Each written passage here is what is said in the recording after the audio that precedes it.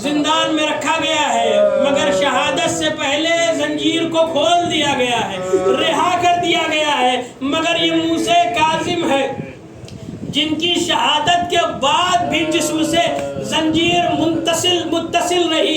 یہی وجہ ہے کہ جب امام کی شہادت ہو گئی، مزدوروں نے لاشیں کو اٹھایا ہے، جنازے کو اٹھایا ہے، مزدوروں نے کہا کہ میں نے سنا ہے شیعوں کا امام بڑا نہیں، وہ لاغر و کمزور ہو گیا تھا زندان میں، یہ جنازہ اتنا بھاری کیوں ہے؟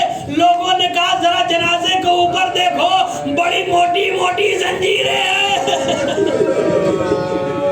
ہاں دادارو، جس کے اتنے بچے ہوں، کثیر العیال ہے امام موسیٰ کاظم، 31 سے زیادہ فرزند موجود ہیں، جس میں 21 صرف اور صرف بیٹے ہیں۔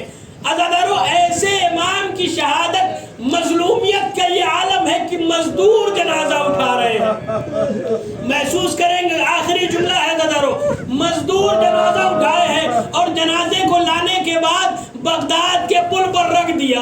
نہیں، میں جملے بدلوں گا، مزدوروں نے جنازہ اٹھایا ہے، بغداد کے پل پر لا کر رکھا نہیں ہے، بغداد کے پل پر لا کر پھینک دیا، آواز دی ایوہ الناس، یہ رافضیوں کے امام کا جنازہ ہے، آؤ دیکھو یہ اپنی موت سے گئے ہیں۔